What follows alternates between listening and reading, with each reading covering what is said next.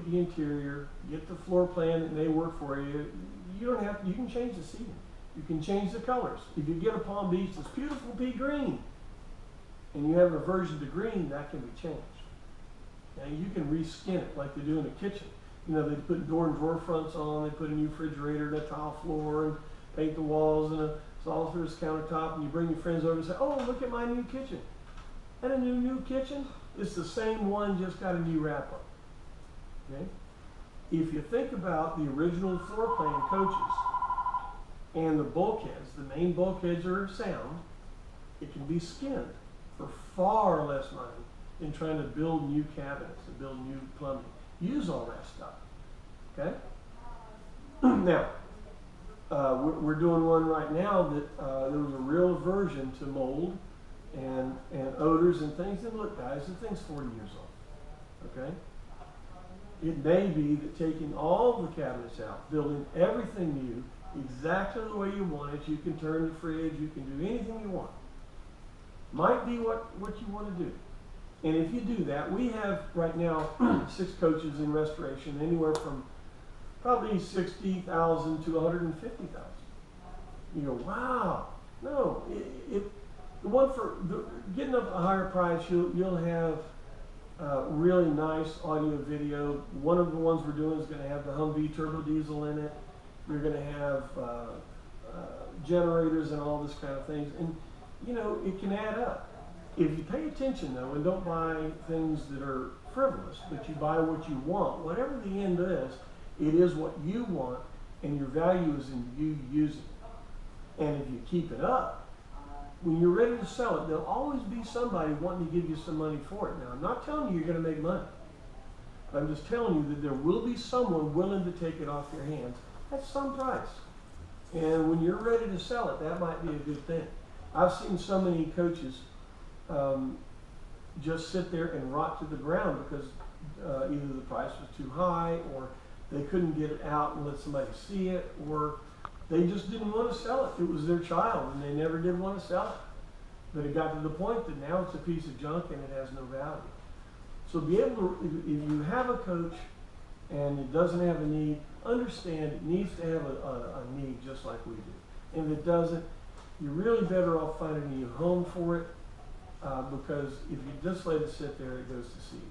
And you guys looking for a coach, you want to find one that somebody recognized not later, not 10 years ago, but in the last year or so, that he needs to sell the coach and needs to find a new owner, because that coach will be in the best condition, will need the least amount for you to get it up to your standard or your spec, or to spec for the day. And you know, you'll be happy with it in the long run. If you're going to build one from bottom up, all you need is a good frame and a body, and we can do the rest. Speaking of the frame, that's the second thing you look at. Go to the back of the coach, bend down, terrible with my knee, bend down and look under the bumper and sight up the 2 rails.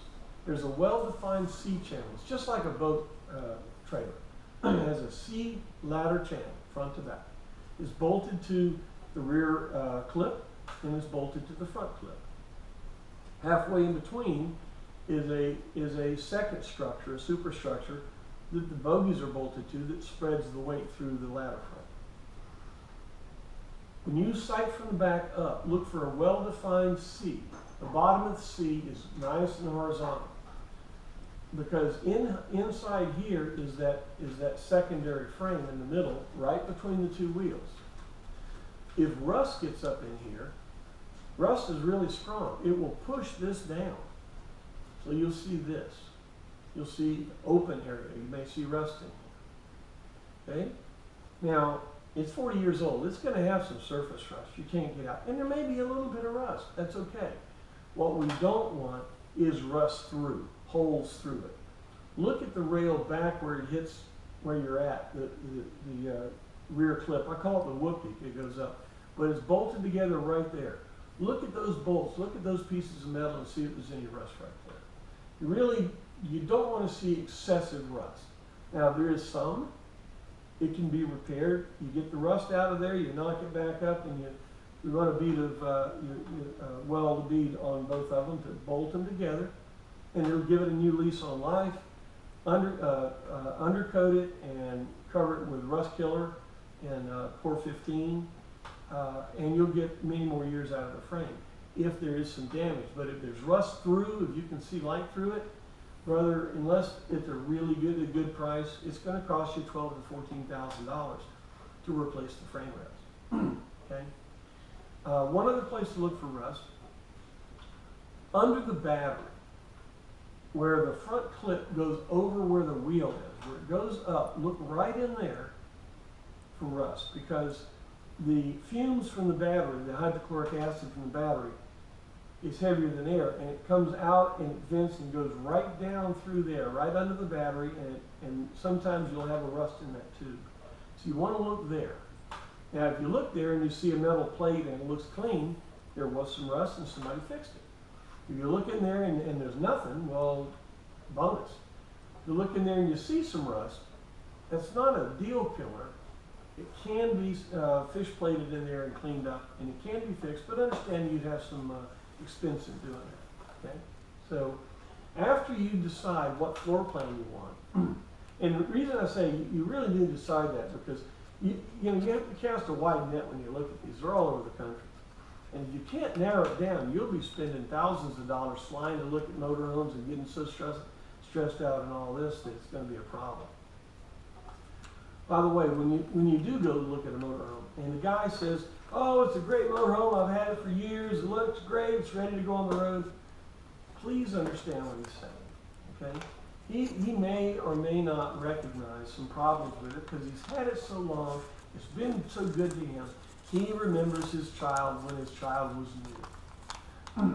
And he's at the point he's selling his child. Do you think that he's going to tell you, well, you know, it's not looking too good. You might need to get a weight program going or something. No. He's going to tell you he loves it. And it's not that he's lying, because he loves the machine. You've got to feel for him. You've got to understand that. But don't go there if somebody says, oh, it's ready to go, come on, and fly in there with the goggles and a scarf and believe to drive home. Don't do that. If the tires are over 5 years old, don't drive it. Oh, hang on a second. Yep, somebody's calling for some info. I'll get back with them. Tell you what, no, it's Janie. Hang on a second. Hey, babe. Are you there? Let me call you back. I'm doing a video right now from Patreon. Tell everybody, hey. Hey. I'll be back with you, okay? Bye-bye.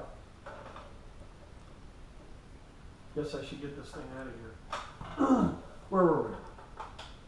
We're talking about frames, right? Is that where we were? Yeah. Okay, so you sight up the frame, and if there is some damage, it could be fixed. If it's too much, there's enough of them out here that you can put that one back and find another one. Oh, I know what it was. You need to narrow it down because they're all over the place.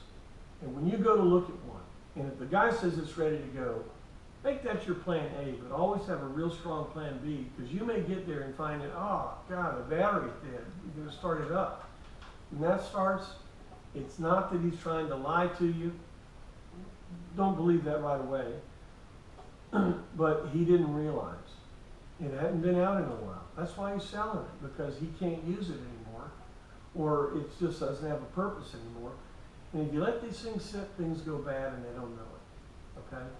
So if you are going to go pick up one and you did make a decision to buy one, which I really feel that if you're ever going to buy one of these things, you need to go and look at it first. Don't go by anybody else's opinion, because it's, well, I thought you said, no. Any major investment, and I call something over $1,000 a major investment, you need to put your eyes on it.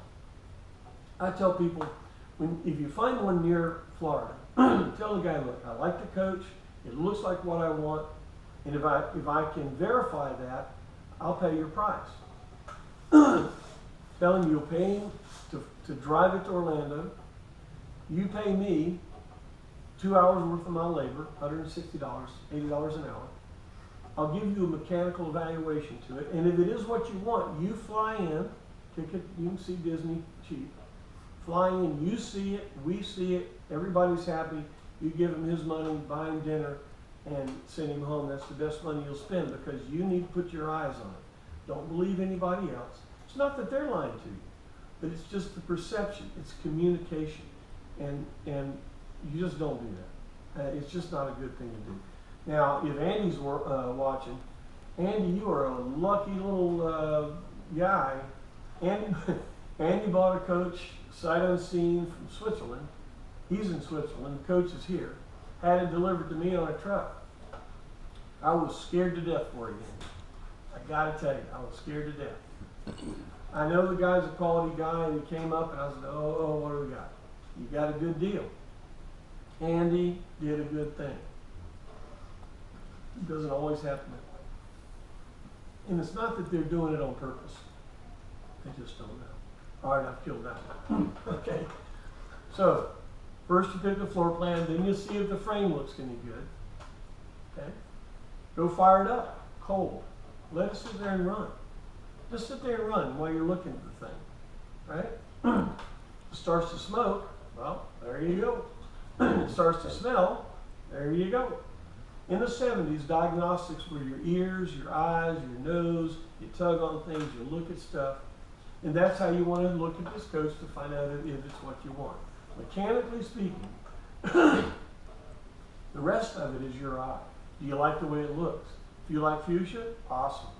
You know, Andy bought one, he didn't like the paint, it's good. That was the one a month or so ago the paint fell off with the paint scraper. He didn't want the paint color, he still did good. I'm telling you, Andy, you're a lucky son of a gun. But look at all of those things. That's what you're going to have to make a decision. As far as mechanically speaking, now remember the motor's still running. You're looking around, push every button, all that. Okay? Go in there, put it in gear, take off. Do all the parts go with you? That's a good sign.